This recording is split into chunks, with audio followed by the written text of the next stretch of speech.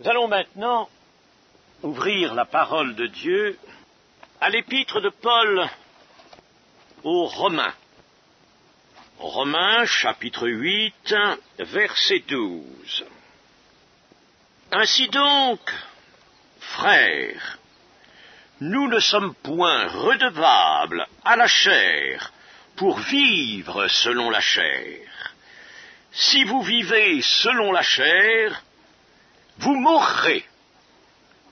Mais si par l'esprit vous faites mourir les actions du cœur, vous vivrez.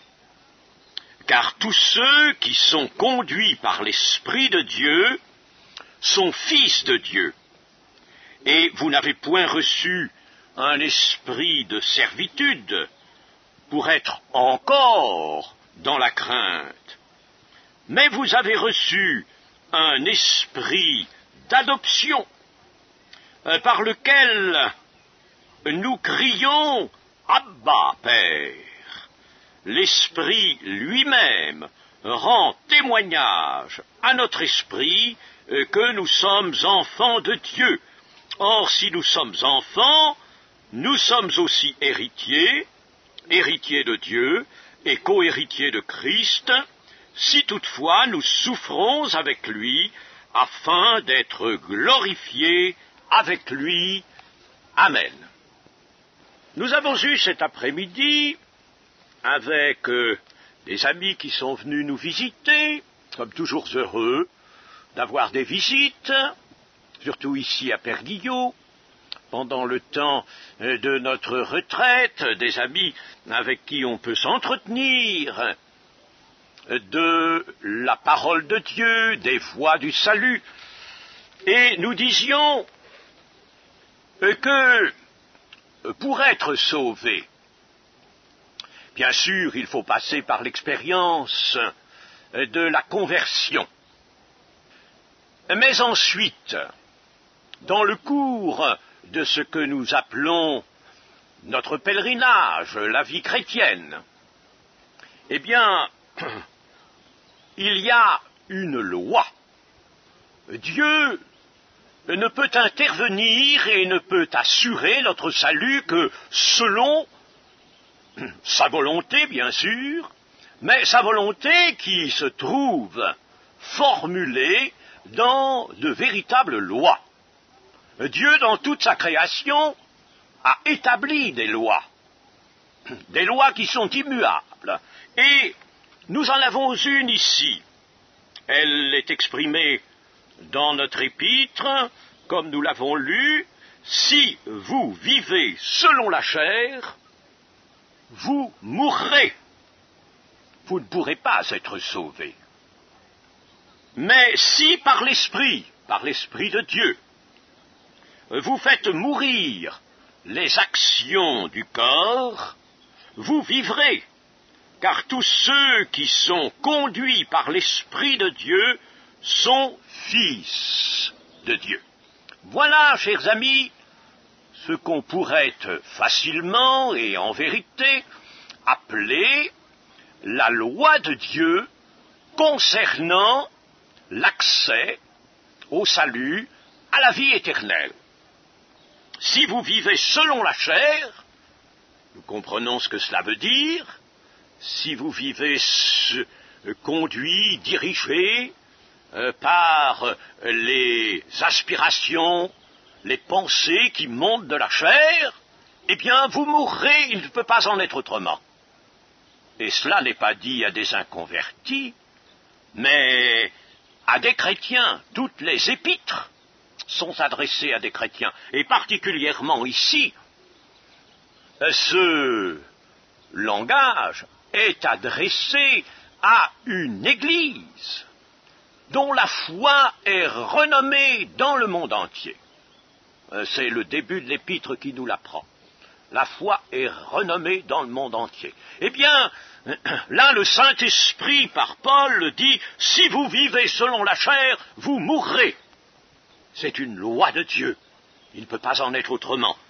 Mais si par l'Esprit vous faites mourir les actions du corps, vous vivrez, car tous ceux qui sont conduits par l'Esprit de Dieu sont fils de Dieu. Et voilà comment il faut que nous envisagions notre vie chrétienne. N'allons pas chercher de grandes complications, mais envisageons-la sous cet angle-là. Pensons que cette loi de Dieu doit être connue et qu'il faut qu'elle joue dans le bon sens pour nous. Pour être fils de Dieu, et ici l'expression est celle qui est utilisée pour le Seigneur Jésus-Christ, bien qu'il soit lui le Fils unique de Dieu, mais il est appelé le Fils de Dieu. Et ici, ceux qui par lui connaîtront la félicité éternelle sont d'ores et déjà, s'ils sont en chemin, en route, conduits par l'Esprit, ils sont fils de Dieu. Pour être fils de Dieu, il faut donc être conduit par l'Esprit de Dieu. Et être conduit par l'Esprit, ou être fils de Dieu, ce sont là deux énonciations qui correspondent à une seule et même réalité. Quelqu'un est-il conduit par l'Esprit de Dieu? Est-il maintenant conduit par l'Esprit de Dieu? Sa vie est-elle vraiment l'expression des sollicitations de l'Esprit de Dieu, des directions que l'Esprit de Dieu lui donne? Celui-là est un fils de Dieu maintenant. Celui-là ou celle-là. Ce sont là deux énoncés qui se rapportent à une seule et même réalité. Être conduit par l'Esprit ou dire « je suis fils de Dieu », c'est la même chose. C'est la même chose. Il y a correspondance de ces deux énoncés. Ils désignent une seule et même réalité. Et comment peut-on être conduit par l'Esprit? Ah, là est la question, une question qui doit nous préoccuper au premier chef dans nos prières. Seigneur, est-ce que vraiment, en me voyant, en me sondant, tu peux m'assurer que je suis conduit par l'Esprit? Le Seigneur peut-être nous dira non. Tu ne l'es pas. Tu es encore beaucoup trop tenu par la chair, trop assujetti à la chair. Tu écoutes trop souvent en toi les montées de cette chair, ces exigences. Tu cèdes à de telles exigences. Tu n'es pas pleinement conduit par l'Esprit. Tu voudrais, tu cherches de temps à autre. Il semble que tu cèdes à l'Esprit, mais tu n'es pas suffisamment conduit par l'Esprit, tu n'es pas totalement conduit. Alors, chers amis, si le Seigneur nous tient ce langage, nous pouvons courber la tête et dire « Seigneur, pourtant, tu ne me rejettes pas ».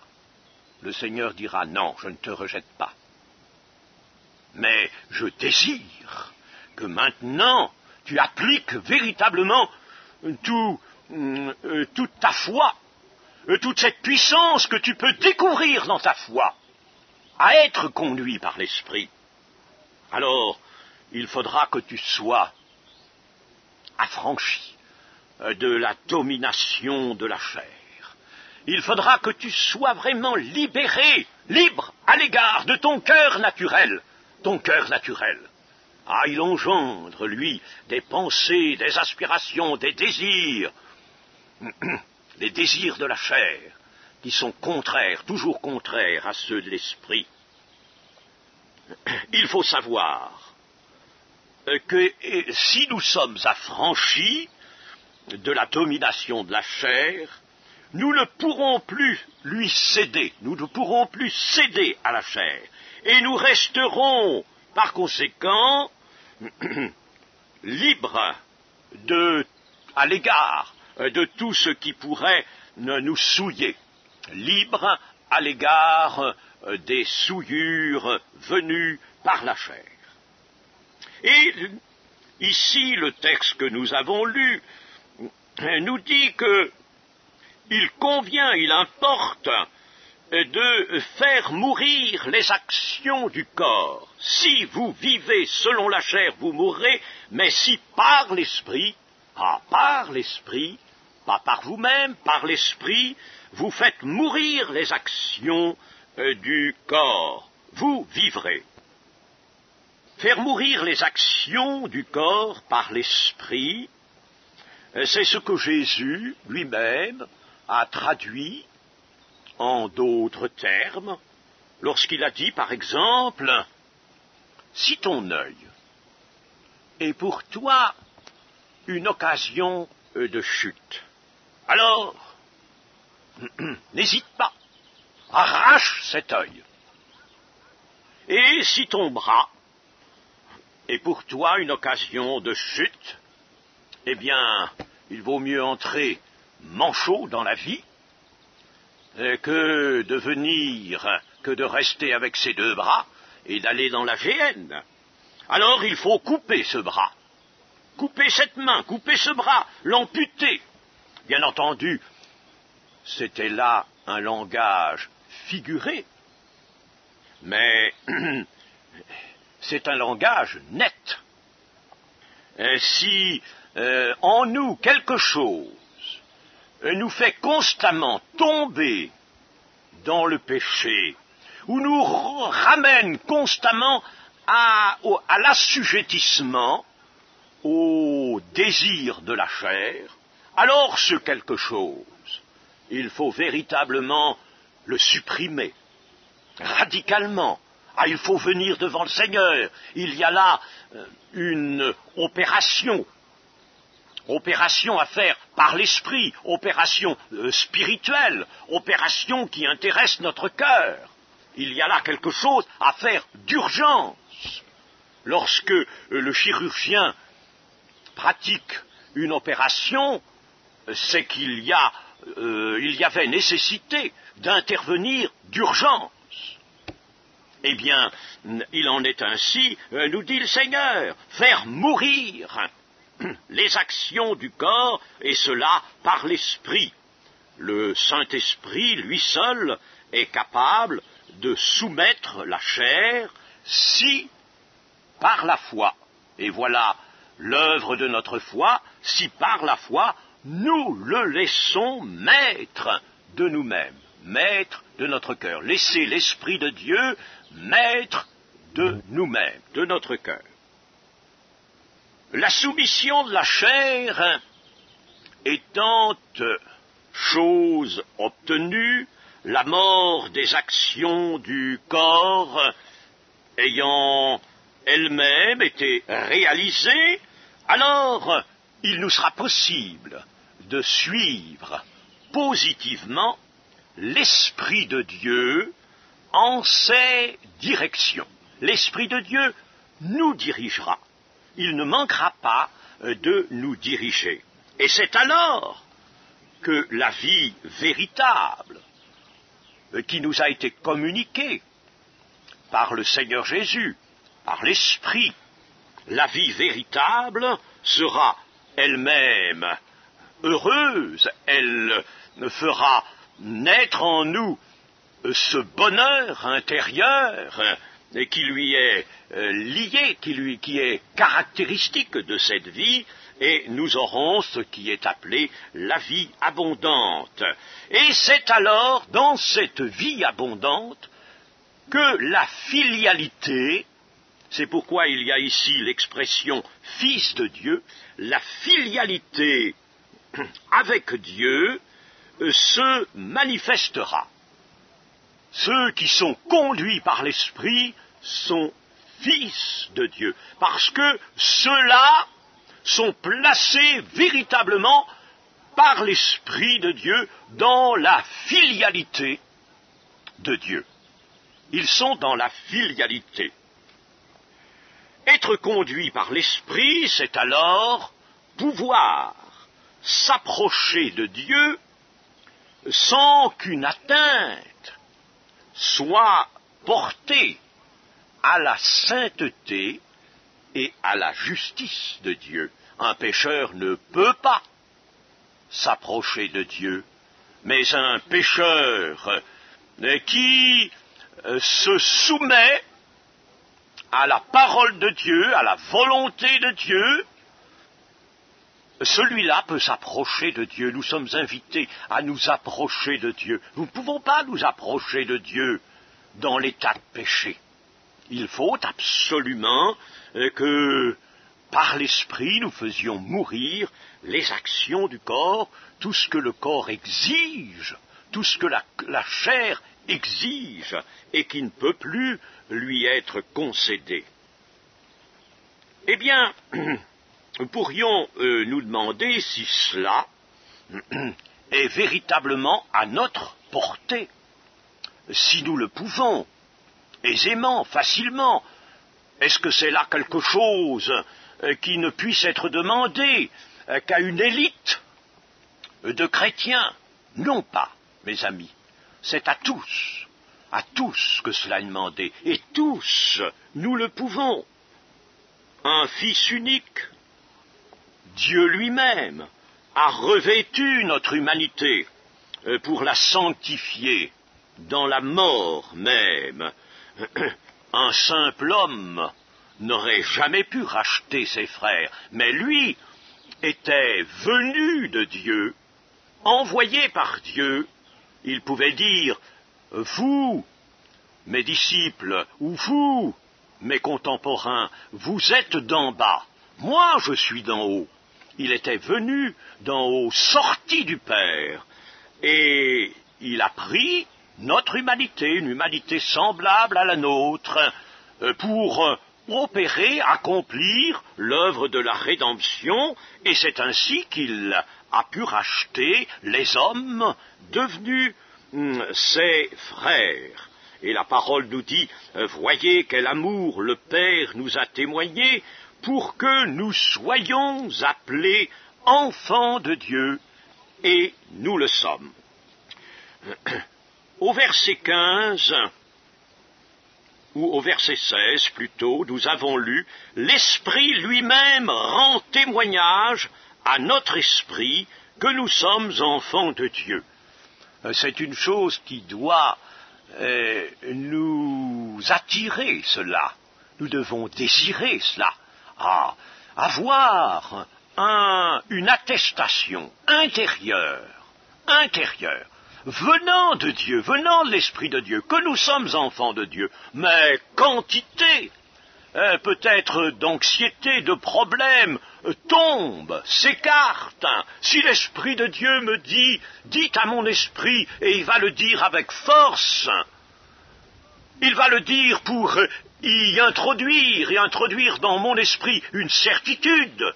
Ton Dieu dit que tu es enfant de Dieu. Quelle merveille! Merveille! Chers amis, nous devons soupirer après une telle attestation, un tel témoignage intérieur, un témoignage de filialité. Dieu nous disant, tu es mon fils, tu es mon fils. Oui, il y a celui que j'appelle mon fils unique. Lui, il est fils par origine. Mais toi, tu es quand même mon fils, par lui, fils d'adoption. Par adoption, toi. Lui, c'est par origine. C'est son origine, c'est sa nature d'être fils. Il est sorti du Père. Mais toi, tu es fils aussi, comme lui, fils d'adoption, par adoption. Alors la filialité, mes amis, est grande. Je dirais que elle devient égale à la filialité de Jésus. Différence étant faite, et je viens de la faire, n'est-ce pas? Bien sûr, l'origine de la filialité n'est pas la même, mais la filialité elle-même est comparable. Je dirais qu'elle-même, elle est semblable. Elle est aussi radicale. Elle est radicale, chers amis. Être fils de Dieu.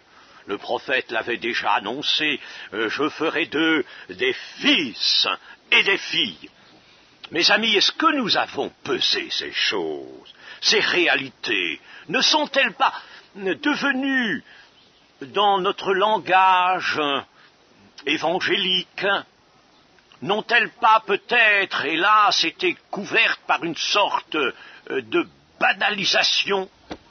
Ne sont-elles pas devenues banales, trop banales devant notre cœur?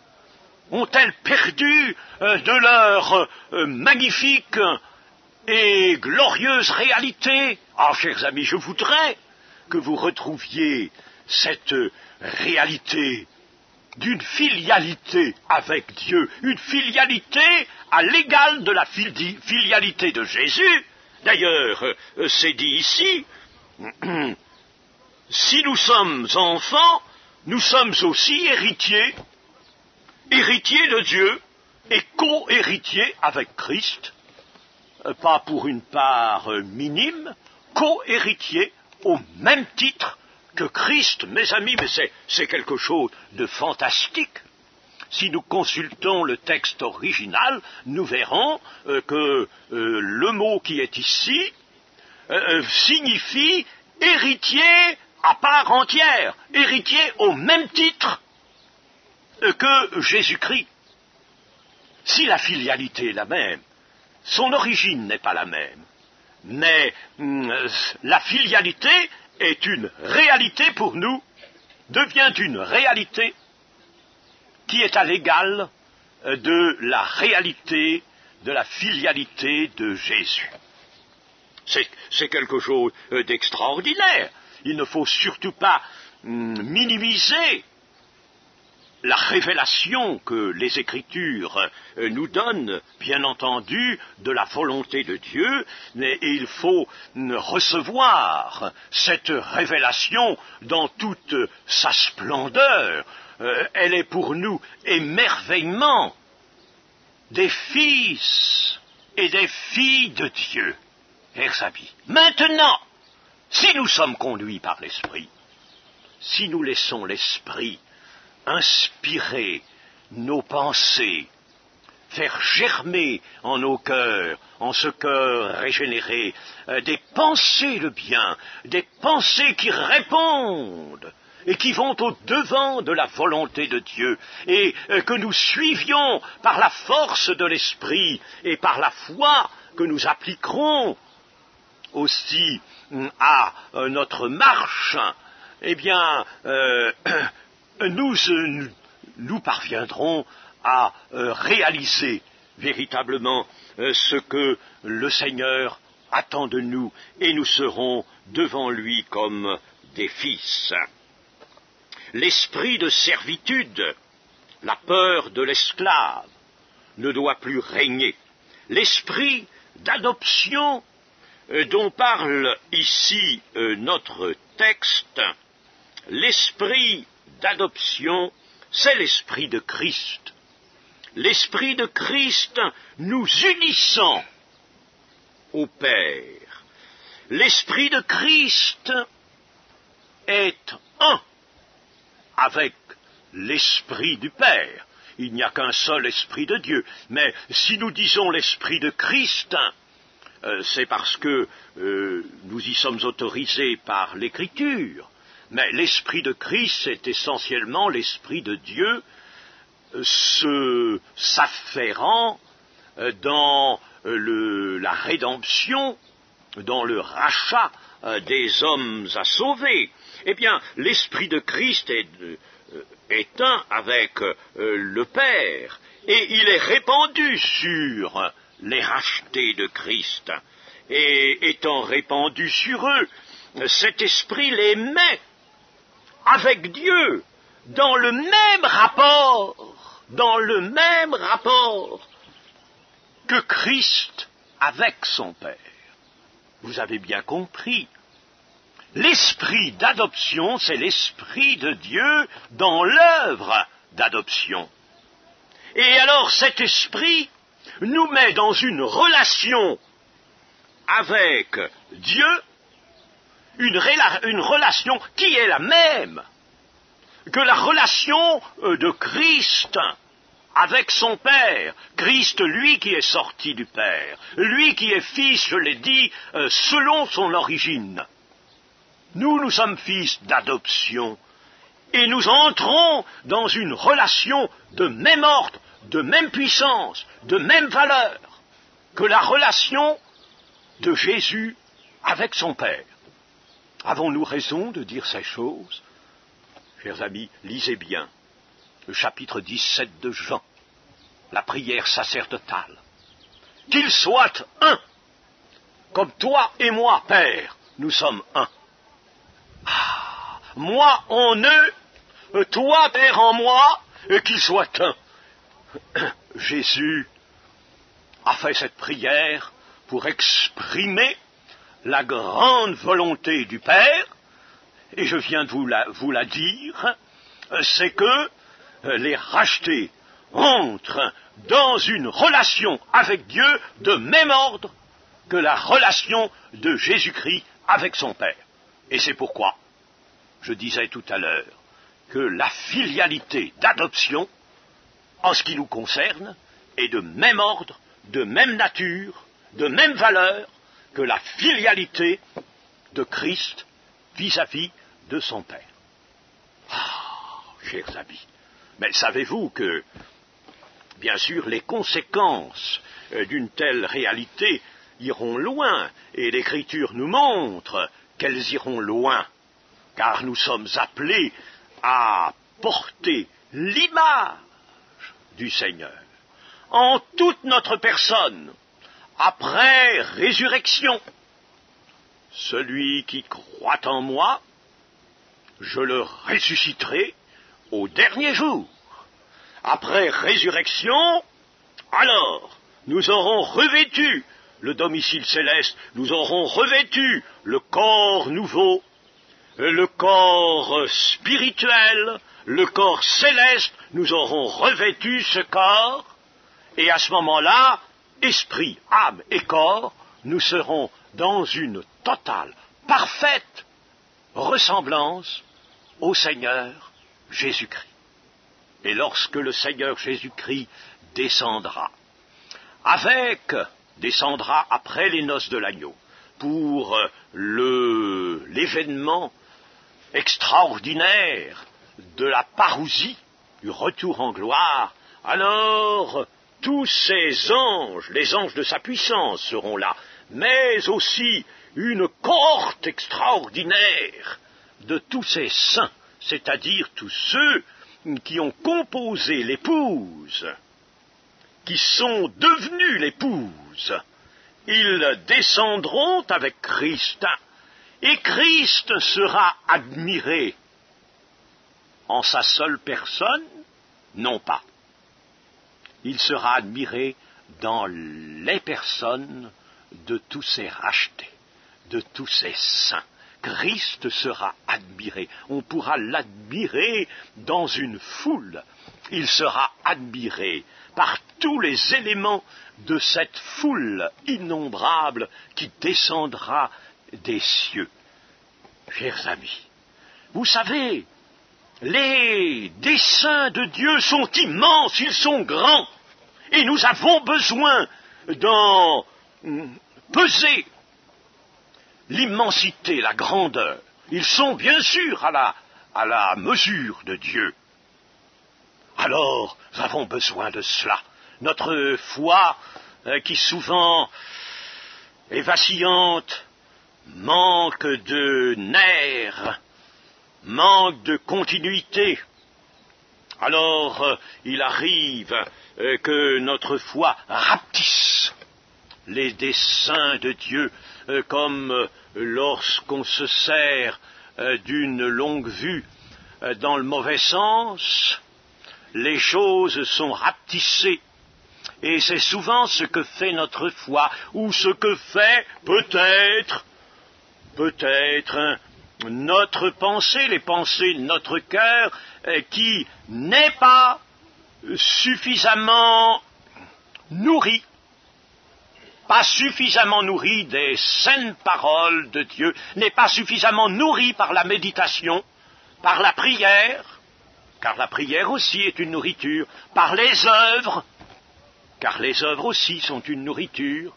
Alors il arrive que nous rapetissions les desseins de Dieu, nous les ramenons à une échelle qui n'est pas très éloignée de la nôtre, de l'échelle des objets que nous pouvons saisir humainement. Alors que l'Écriture nous découvre les desseins de Dieu dans une immensité, et je viens de vous le montrer, une filialité. Si vous êtes conduit par l'Esprit, vous entrez dans une filialité qui est à l'égal de la filialité de Jésus vis-à-vis du Père. Qu'il soit un, comme toi, Père, et moi, nous sommes un, dans la même relation. C'est écrit, c'est de Jésus qui l'a dit, la filialité devient la même, bien que n'ayant pas la même origine, bien sûr. Cependant, Dieu va jusque-là. Il ne veut pas, contre son Fils unique, celui qui est le bien-aimé de toujours, celui sur qui s'est porté l'amour, éternellement l'amour de Dieu, du Père, eh bien, il veut que les rachetés, ceux dont il a lui-même ordonné, décidé le salut, que ceux-là deviennent ses fils au même titre que son Fils unique. Mes amis, avez-vous réfléchi à ces choses? Avez-vous pesé cela? Un esprit d'adoption, c'est-à-dire un esprit qui nous amène vraiment à cette égalité dans la filialité avec Dieu, cette égalité avec notre Maître, le Seigneur Jésus. En définitive, nous pouvons dire qu'il y a évidence surnaturelle que Dieu habite dans le cœur de celui qu'il nomme son enfant. Nous sommes enfants de Dieu. Celui qui est ainsi appelé, nous le sommes. Et par la foi, mes amis, nous devons recevoir cette assurance que nous sommes enfants de Dieu. L'apôtre Jean, dans sa première épître, dit « Nous sommes enfants de Dieu, nous le sommes vraiment. » D'ailleurs, il faut partir de cette assurance-là.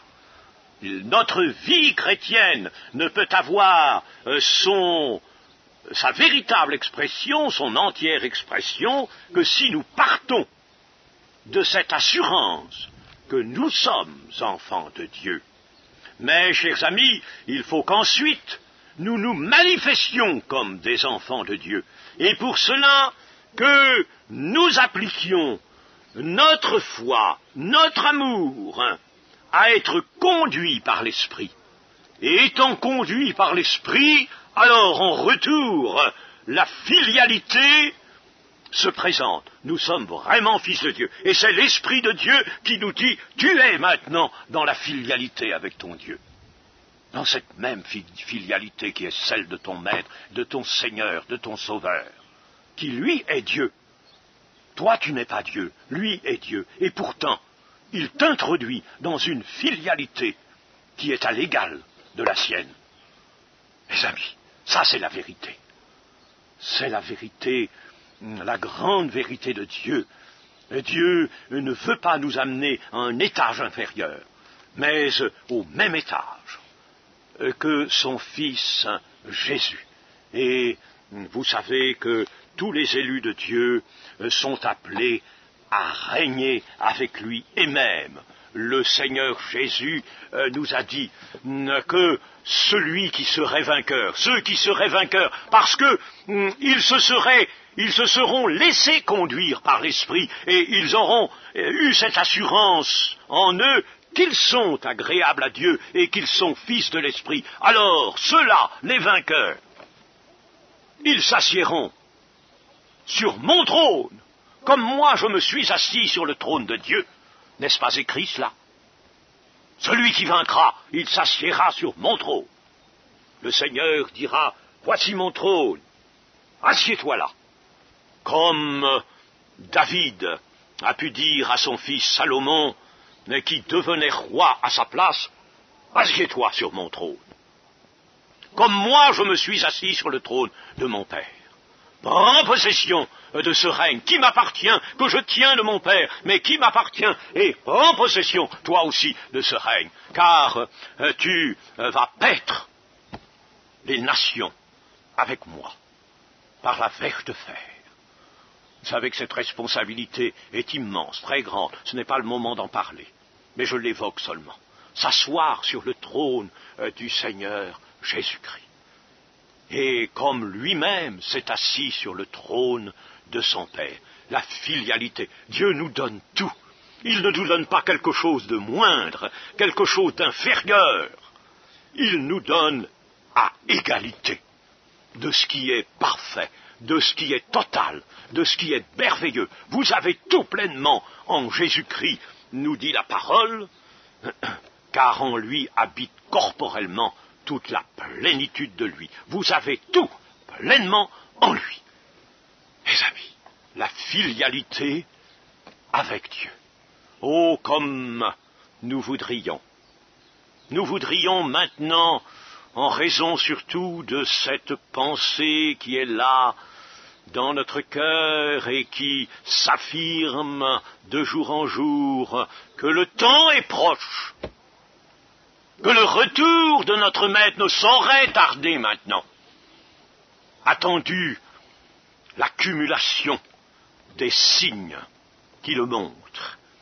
Alors combien nous voudrions que, en partant de cette retraite, vous ayez dans votre cœur cette assurance obtenue de l'Esprit de Dieu que vous êtes fils de Dieu. Et rappelez-vous ceci, que vous êtes entrés dans la filialité, il n'y en a pas plusieurs. On ne peut pas être fils de Dieu de plusieurs manières. On l'est ou on ne l'est pas.